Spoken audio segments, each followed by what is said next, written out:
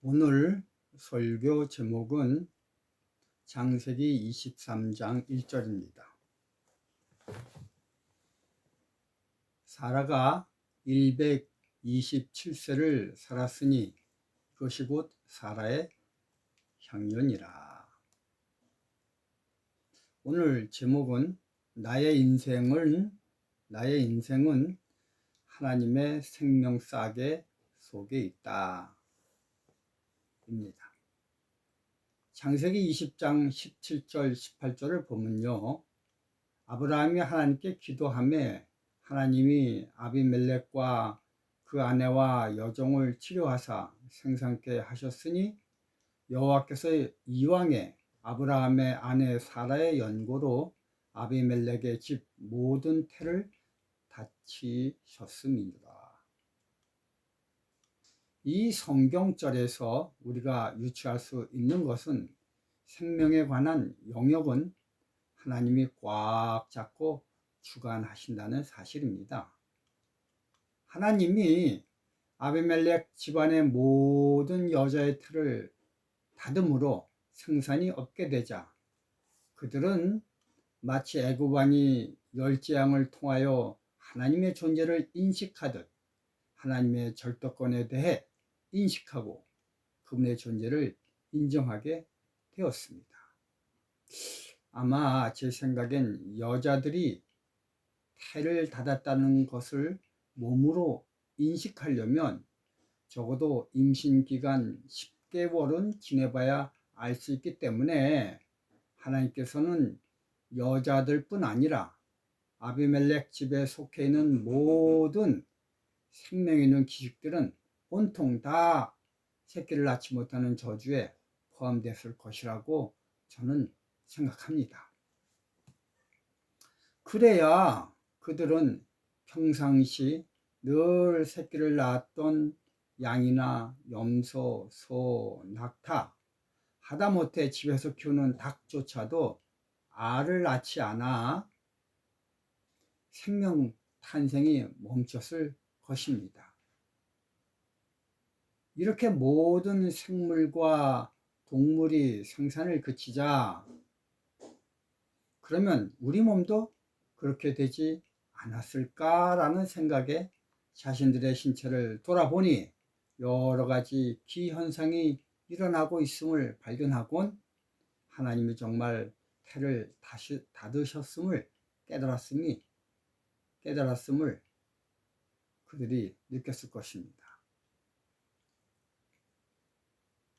현재 우리가 살고 있는 이 시대는 결혼을 하지 않으려는 조류가 대세인 시대입니다.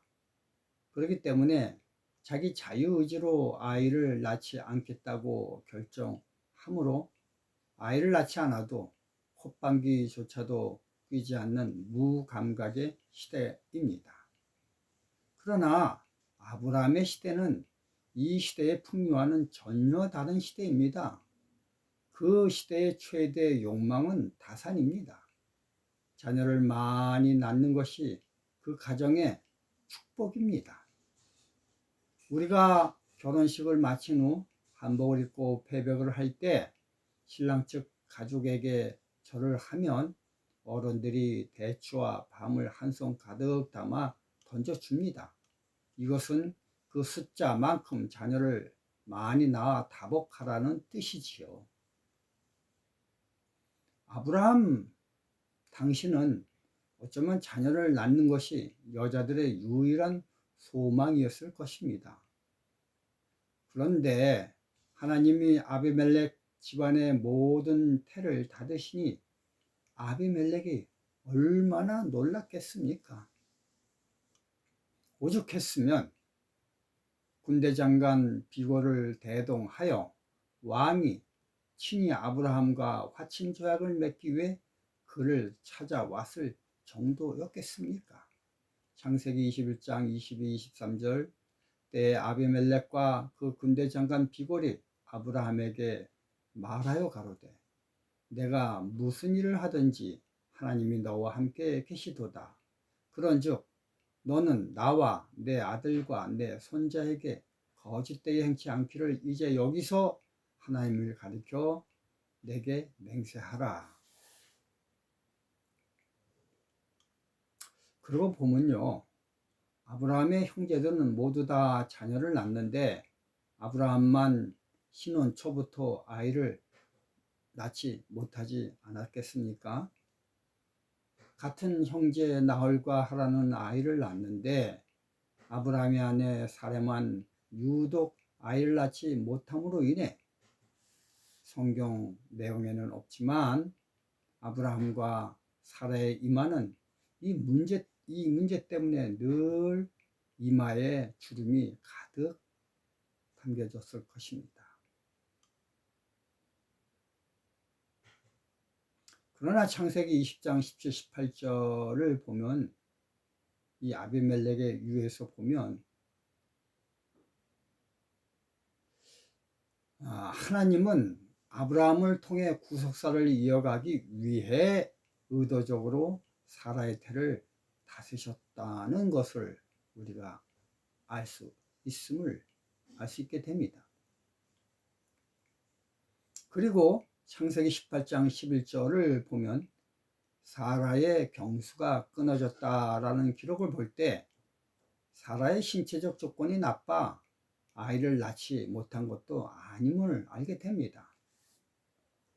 오로지 하나님이 직접 개입하셔서 태를 닫으신 것입니다.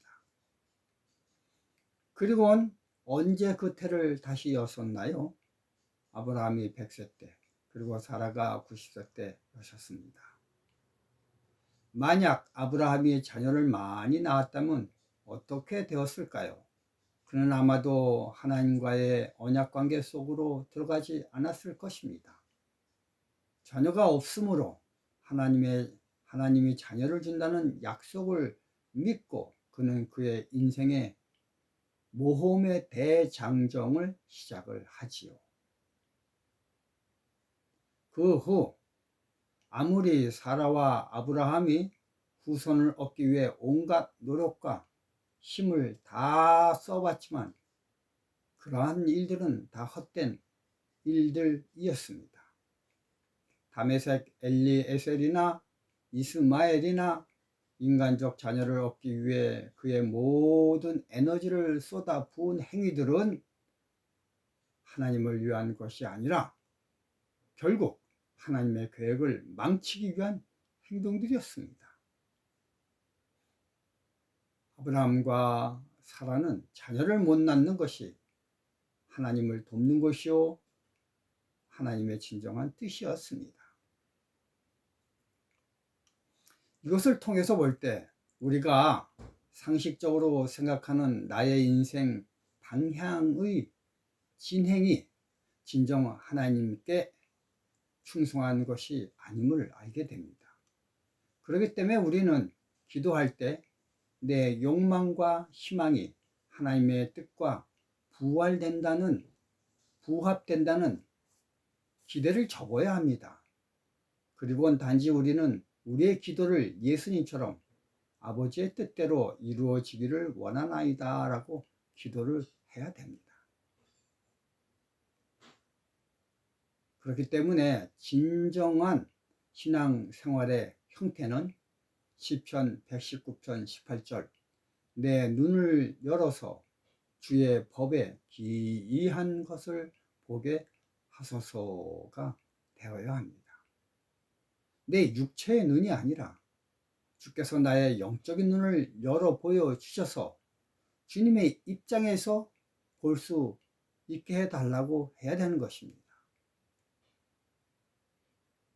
이렇게 하기 위해서는 어떻게 해야 됩니까? 계시록 3장 18절 안약을 사서 눈에 발라봐야 합니다. 오늘 우리는 창세기 23장 1절 사라가 127세를 향수하였다 이러한 내용을 통해 하나님의 그의 전 인생을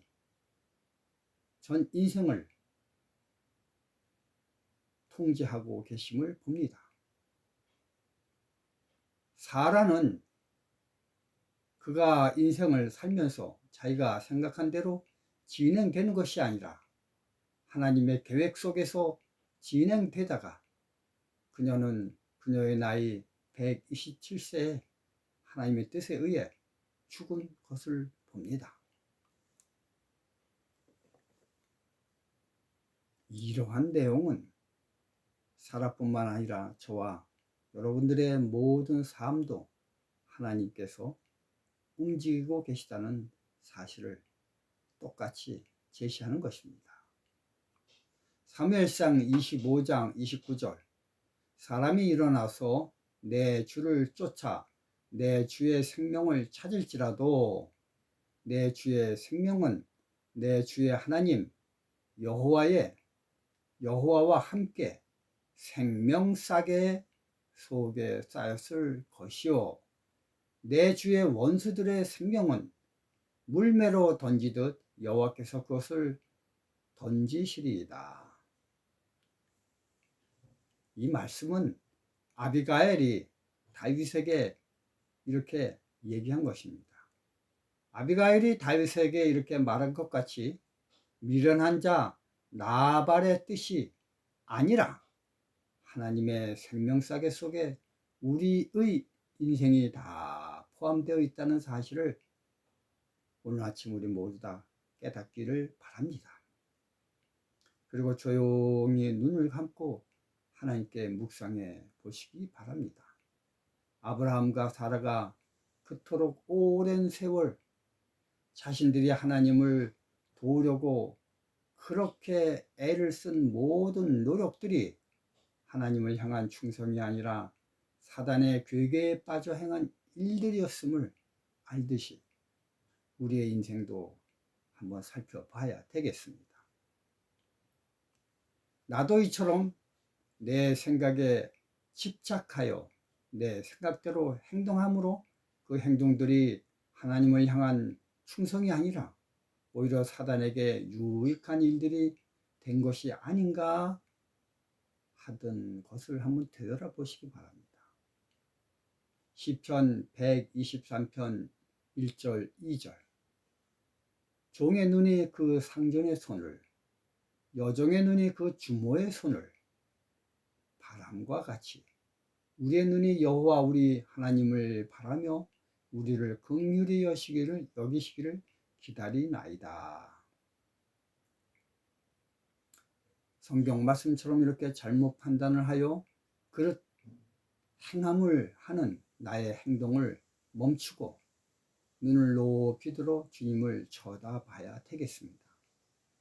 인간적인 종의 눈이 그 상전의 손을 여종의 눈이 그 주모의 손을 바람같이 바라보며 인간들에게 애걸하지 말고 진정한 창조자인 하나님을 바라보며 그분의 뜻을 수용하는 하루가 되기를 우리는 기도해야 되겠습니다.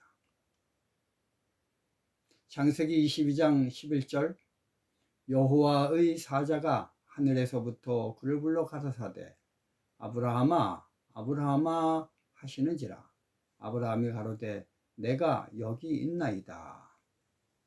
이와 같이 우리도 하나님의 부르심에 내가 여기 있나이다 나를 보내셔서 우리 교단의 표어인 아윌고우라고 하는 인생을 사는 저와 여러분이 되시길 바라며 말씀을 마치겠습니다. 감사합니다.